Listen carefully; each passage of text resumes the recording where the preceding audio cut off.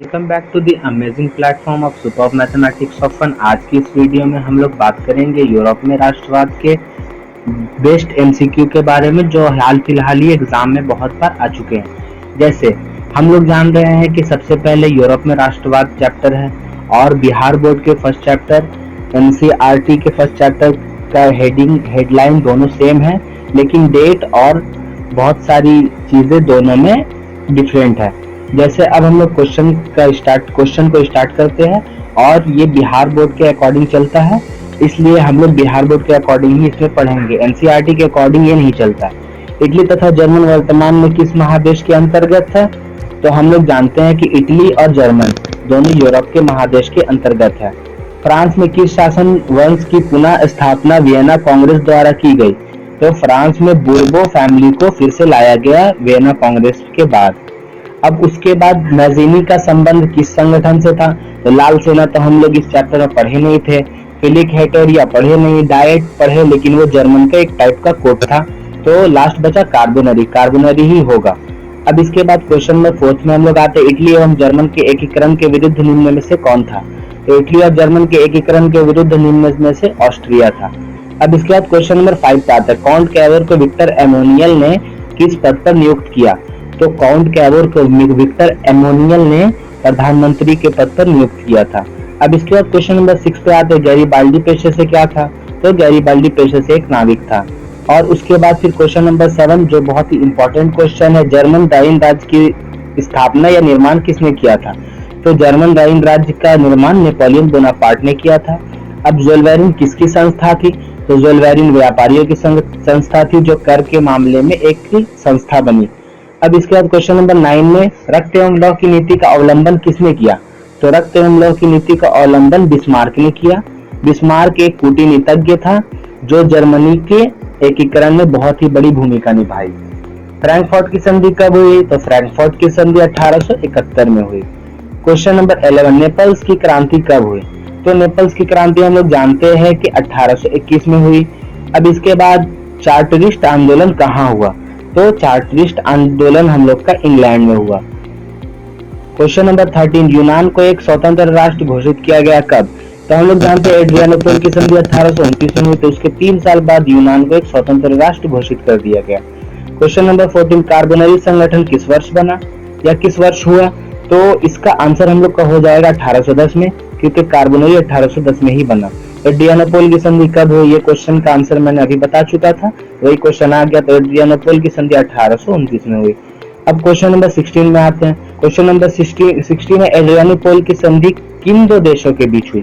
तो एड्रियानोपल की संधि रूस एवं तुर्की के बीच हुई। क्वेश्चन नंबर 17, सेडोन के युद्ध किनके बीच हुआ? तो सेडोन के युद्ध जो हुआ हम लोग का फ्रांस और पर्शिया के बीच। क्वेश्चन नंबर 18, किस देश का हंगरी पर पूर्ण आधिपत्य था?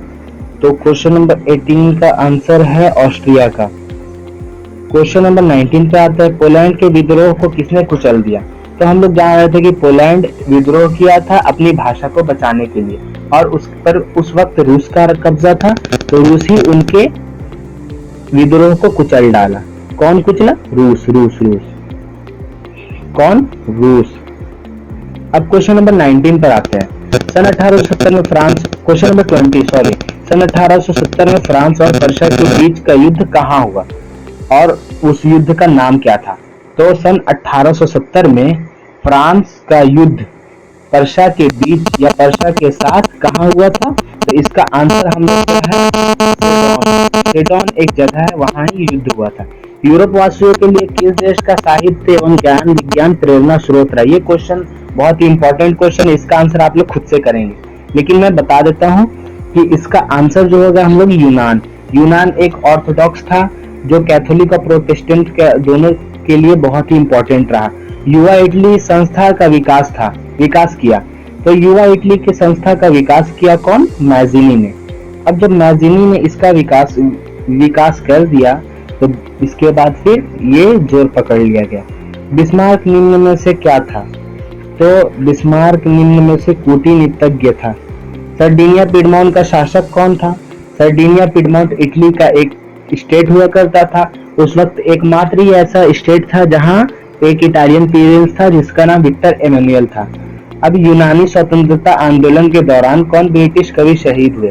ये बहुत ही इंपॉर्टेंट क्वेश्चन है, लॉर्ड बायरन इसका आंसर है। ज़ोलवेरिन की स्थापना किस राज्य ने की? तो हम लोग जानते हैं ज़ोलवेरिन की स्थापना पर्शिया ने किया। कब किया ये हम लोग का क्वेश्चन आता है, इसीलिए ये भी हम लोग याद कर लेंगे। हंगरी की भाषा क्या थी? तो हंगरी की भाषा मैग्यार थी। अब हम लोग जानते हैं कि हंगरी की भाषा मैग्यार थी और बुक में एक और अलग चीज दिया हुआ है, वो भी आप याद कर लेंगे। यूनान की स्वतंत्रता संग्राम में किसकी पराजय हुई? तो यूनान की स्वतंत्रता संग्राम में हम लोग जान चुके थे कि यूनान का स्वतंत्रता संग्राम किन किन देशों के बीच हुआ? तो रूस के बीच, तुर्की के बीच और रूस के बीच। तो जब ये दोनों देशों के बीच हुआ तो इसमें पराजय हुई थी तुर्की, क्योंकि इसके तरफ सिर्फ मिस्र ही आया था। मैरियन किस देश का राष्ट्रवादी प्रतीक है? तो मैरियन हमारा किस देश का राष्ट्रवादी प्रतीक है? तो हम लोग का आंसर हो जाएगा कि जो मैरियन था वो फ्रांस का है और जर्मेनिया जर्मन का। यूरोप सभ्यता का पालन किसे कहा जाता है? यूरोप सभ्यता का पालन यूनान को कहा जाता है। Question number 31, act of union किस वर्ष पारित हुआ? तो एक्ट ऑफ यूनियन जो एक एक्ट था वो 1688 में पारित हुआ, लेकिन एनसीईआरटी में डेट अलग है। एनसीईआरटी में 1707 है, तो वो डेट में वेरी करेगा, इसलिए आप बिहार बोर्ड से दे रहे हैं तो बिहार बोर्ड के डेट के हिसाब से चलेंगे। 1789 की फ्रांसीसी क्रांति के समय वहां किस राजवंश का शासन था? 1789 में भी बुर्बन फैमिली थी और 1815 के बाद भी बोर्बो वंश का ही शासन वहां शुरू हो गया। नेपोलियन संहिता किस वर्ष लागू की गई? तो नेपोलियन संहिता हम लोग जानते हैं कि 1804 में लागू किया गया, जिसे सिविल कोड ऑफ 1804 कहते हैं। इसके हिसाब से हम लोग को उन लोगों को बहुत सारे फायदे भी हुए थे और बहुत सारे नुकसान भी हुए थे। जर्मन के एकीकरण के लिए बिस्मार्क ने कितने युद्ध किए? तो जर्मन के एकीकरण के लिए बिस्मार्क ने 3 युद्ध किए। वियना कांग्रेस में कौन राष्ट्र सम्मिलित नहीं था? तो वियना कांग्रेस में जर्मन सम्मिलित नहीं थे, क्योंकि हम लोग जानते हैं कि वियना कांग्रेस में एक बहुत ही बड़ी बड़ी कंट्री थी जिसको ट्रैब हम लोग कहते हैं। ट्रैब मतलब हो गया P से प्रूशिया, R से रूस, A से ऑस्ट्रिया, B से ब्रिटेन। तो यही सब देश शामिल थे, और भी वो फ्रांस भी था, लेकिन उनका नाम अभी उतने सुर्खियों में नहीं आता है, इसलिए उनका नाम हम लोग को याद करना जरूरी नहीं है। वियना कांग्रेस में पवित्र संघ की योजना किसने प्रस्तुत की? तो वियना कांग्रेस में पवित्र संघ की योजना रूस ने प्रस्तुत की। क्वेश्चन नंबर 37, यंग इटली के संस्थापक कौन थे? क्वेश्चन ये बहुत ही इंपॉर्टेंट है, इसके संस्थापक मैज़िनी थे। क्वेश्चन नंबर 38 पे आता है, फ्रांस के किस राजा ने कहा, अंग्रेज राजा की भांति शासन करने की अपेक्षा लकड़ी काटना अधिक पसंद करूंगा? तो इसका आंसर हो जाएगा, ये क्वेश्चन बुक में से नहीं है लेकिन ये क्वेश्चन भी पूछा जाता है, तो इसका आंसर हो जाएगा चार्ल्स दशम ने। अब इसका दशम मतलब हो गया चार्ल्स 10th ने, ठीक है। क्वेश्चन नंबर है 39, पर्शिया का शासक कौन था? तो उस वक्त जिस वक्त मतलब के युद्ध हुआ, क्रांति हुई और पूरे यूरोप में नेशनलिज्म की भावना का विकास हुआ, तो उस वक्त फ्रांस का शासक विलियम फर्स्ट था, जिसको केजर विलियम फर्स्ट कहते हैं। और यूरोप का मरीज किसे कहा जाता है? ये क्वेश्चन बहुत ही ज्यादा इंपॉर्टेंट है, ये क्वेश्चन बहुत बार एग्जाम में आ चुका है। इसका आंसर हो जाएगा तुर्की को। नेपोलियन ने जर्मन में किस संघ की स्थापना की? तो नेपोलियन ने, हम लोग जान रहे थे कि जर्मन में एक संघ की स्थापना की थी जो कि 1806 में किया था, उसको राइन संघ कहते हैं, और ये आगे चल के बहुत ही फायदेमंद रहा। इस संधि द्वारा यूनान राष्ट्र की स्थापना हुई, जो कि स्वतंत्र राष्ट्र बना।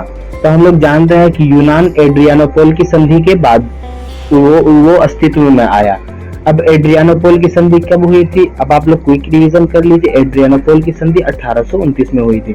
यंग यूरोप की स्थापना किसने की थी?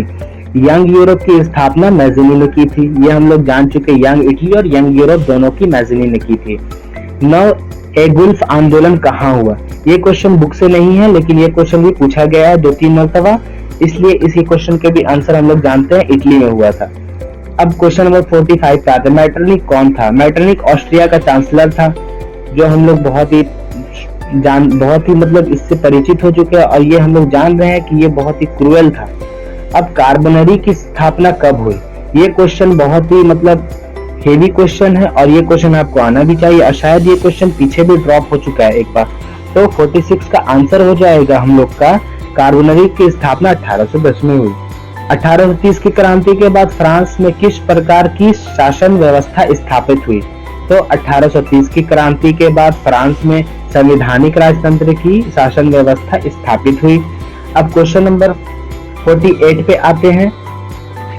लाल कुर्ती नामक संस्था का गठन किसने किया? तो लाल कुर्ती नामक संस्था का गठन गैरिबाल्डी ने किया, जो कि उनके अंडर में बहुत सारे वॉलेंटियर रहते थे और वो बहुत ही मतलब कि एकदम आम लोगों की तरह जिंदगी जीता था। और इनकी जीवनी लाला लाजपत राय ने भी लिखी थी, जो इंडियन थे।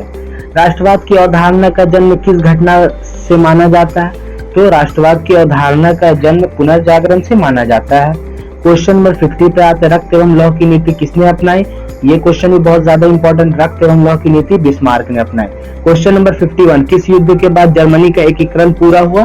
तो हम लोग जानते हैं ये क्वेश्चन भी बहुत ही मतलब हम लोग के लिए जरूरी है, तो सेडोन का युद्ध इसका आंसर है।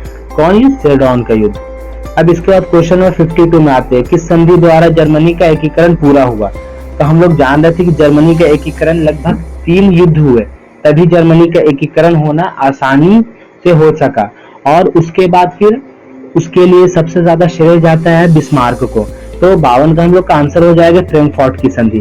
फ्रैंकफर्ट की संधि कब हुई हम लोग को जल्दी से क्विक रिवीजन कर लेता है। तो फ्रैंकफर्ट की संधि 1871 में। ये लास्ट क्वेश्चन है। जर्मनी एवं इटली के एकीकरण के समय जर्मनी एवं इटली की एकीकरण के समय ये फ्रांस है, गलती से मिस्टेक हो गया तो फ्रांस लिखा गया। फ्रांस का शासक कौन था?